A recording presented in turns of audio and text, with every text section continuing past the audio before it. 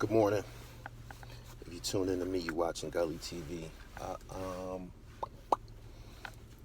need to kick it with y'all a minute. I seen a dope interview. I thought it was dope. It was very informative. It was on Up for Debate TV, and the brother's name was Taco.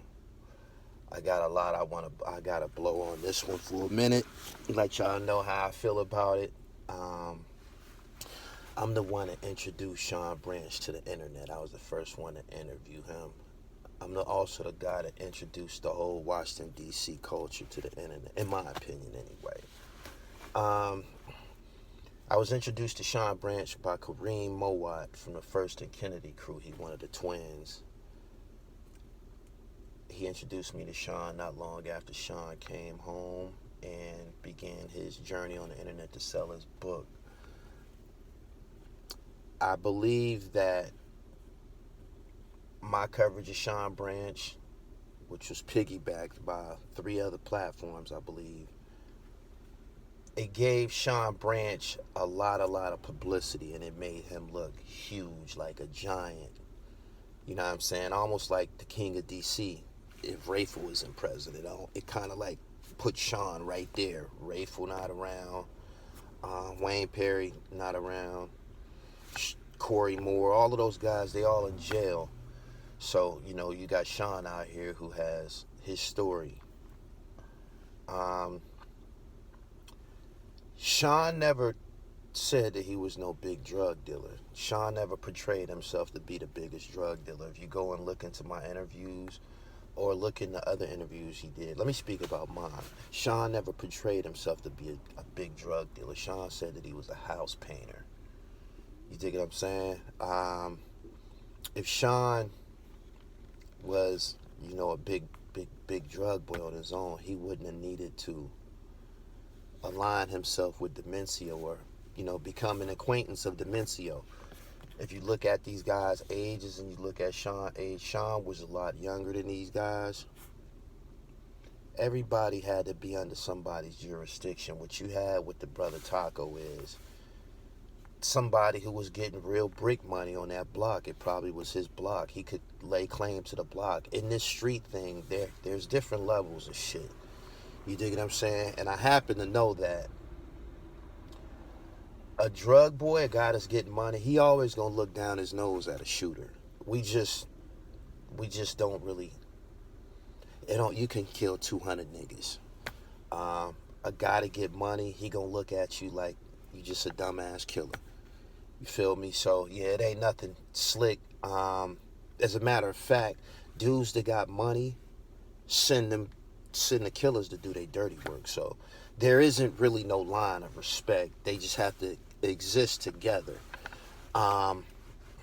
Again, if you look at history, Sean Branch was way too young to be like a factor as far as the drug game. I mean, he told me in our interview that he preferred to go paint a house as opposed to sitting around trying to knock off a half a brick or some shit like that. I don't think that nothing that was said during the Up for Debate TV thing did anything to diminish Sean Branch's online presence or the package that he implemented online. Not at all. But again, there's guys who was getting way more money. There was a lot of fucking killers and drug boys in DC. There was almost a Sean Branch in every neighborhood. Another thing, Sean Branch never said that he was from Montana Terrace. He never said that he was from there. You dig what I'm saying? As a matter of fact, he's from a few blocks away. I went to his childhood home. He took me there. He said, this is where I'm from right here. This is our house. Montana Terrace was some blocks away. He had to walk over there to, put his thing down or whatever. I'm just doing this to clarify some things because I have a personal relationship with him. The Wayne Perry thing, I knew that was a bad idea.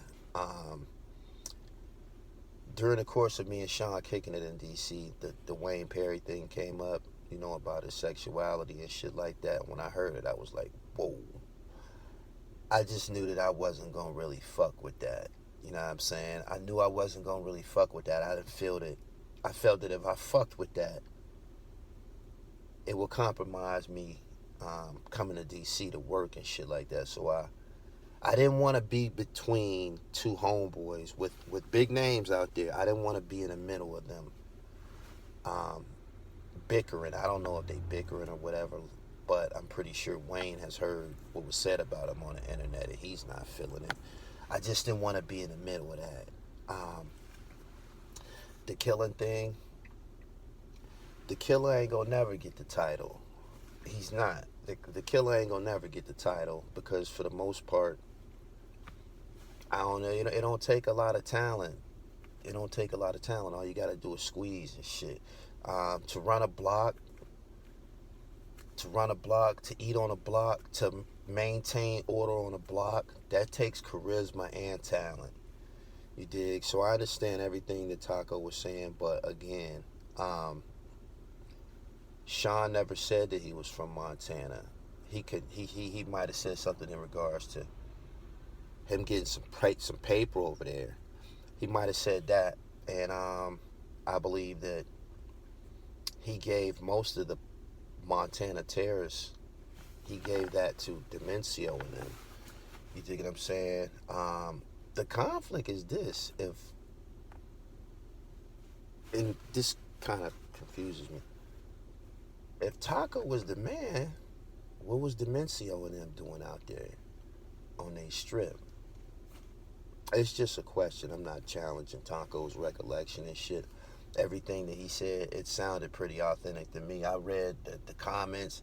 I just know from experience that them big bricklaying niggas, them big drug boys, they don't too much respect shooters and shit like that. I mean, they'll use them, but they don't want them around.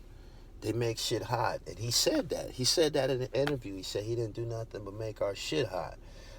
Them older niggas feel like that. If you look at the movie New Jersey Drive, you see them niggas flying around in them stolen cars, Heavy D like, yo, man, this is my groove right here. You fucking up my groove.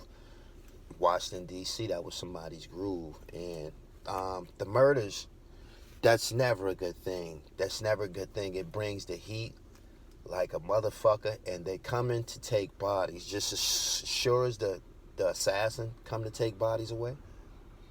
The heat coming to take bodies away too.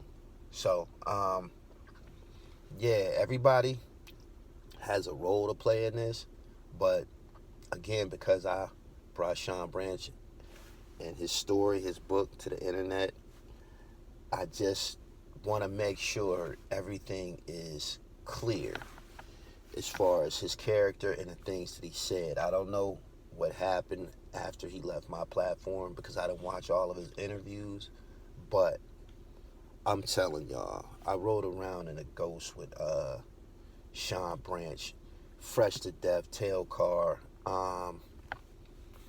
drove all through Montana Terrace, man, went to the community center and everything and shit. Sean's official over there.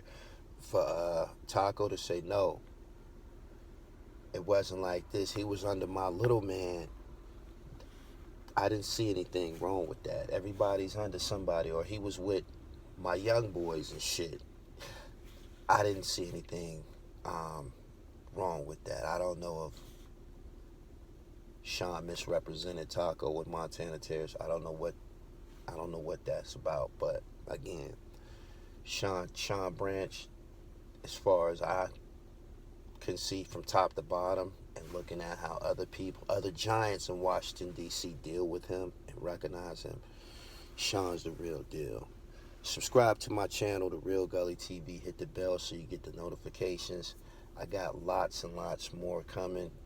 It ain't going to be a whole lot of more gangster content. I got a couple of more pieces. I got this Ghetto Quran thing. I got the murder unit. And I don't even really too much want to do this shit no more because everybody's doing it. Everybody's doing it.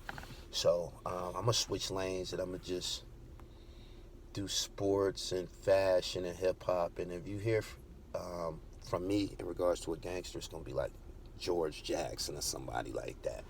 But the whole death aspect from Gully TV, that's just dead.